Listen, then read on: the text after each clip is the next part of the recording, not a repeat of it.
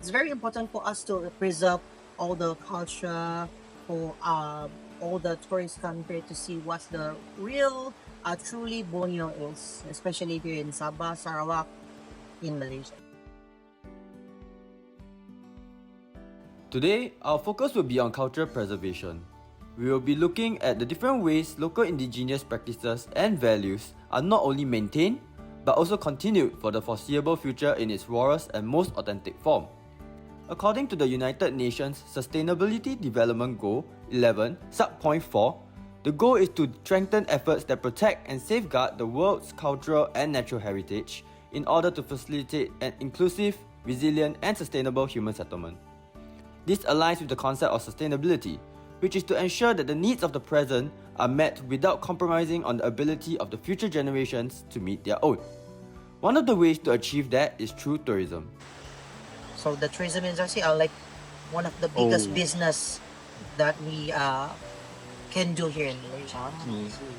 One of such attractions include the Rais homestay in Sarawak, managed by the indigenous Bidayu tribe. We are appointed as the tourist attraction center by the state government and also from the Sarawak Tourism Board. So we are attraction center. Why? Because in Kuching area, we are the only longhouse left for Bidayu or Lendaya. We are the only one left. And then we've been staying here for more than 200 years. Be exact, it'll be 280 years. We are still staying. So we are living museum for the eyes for others. Based on an article describing the possible economic impacts of tourism, tourism can help generate sufficient funds for cultural conservation efforts, while many visitors worldwide flock to Rais to learn about its history and culture. Additionally, with the increased influx of tourists, local musicians such as Arthur Baumann become empowered to showcase the music of the Bidayu tribe on the global stage. This helps to preserve the culture of the land Dayaks that would have been otherwise lost, since a significant amount of their music are passed down and taught through oral transmission and would not be recorded electronically or on sheet music.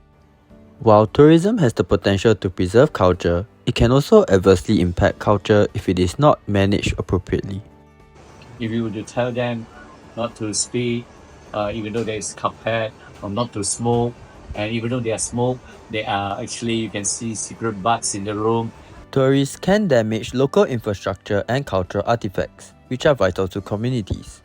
For example, dangerous litter like cigarette butts, as mentioned by Alex, pose serious fire hazards to the traditional wooden longhouses or wooden structures commonly seen in cultural tourism sites in East Malaysia. For entertainment, we have to modernize it to attract more and more tourists to come here, but we make sure we don't get too far from the traditional way. Tourism that is managed under profit-maximizing firms has the tendency to either reduce cultural practices to their most entertaining aspects for showcase or exaggerate certain practices. By commodifying culture, tourists no longer experience an accurate picture of the local culture, but are instead shown an idealized version which only depicts its interesting aspects. According to Hofstad's onion model of culture, the outer layers of cultural practices and symbols are underpinned by the inner layer of values. While tourism and modernity may alter some practices and symbols, we believe that the core cultural values of respect to elders and nature remain largely intact, as can be seen from the various traditional dances, music, and activities. Although societal progress might require modifying or removing some traditional practices, it is still crucial to pass down the knowledge of these practices and core values. Thus, we observe that any erosion of culture happens primarily at the superficial level, the outer layer of the onion model, while the deeper layers remain preserved. Therefore, we are able to conclude that the local culture has not been diluted, despite certain practices being modified for tourism. Similar to what Buimach has derived, and the groundworks for a culturally thriving future is secured. Our custom, our traditional ways of living, we still maintain it. That's why the culture and custom we won't change. But the building might be changed from a wooden and bamboo house become a concrete or better house. They want because we need to progress. We need to progress as time go by. But we cannot leave behind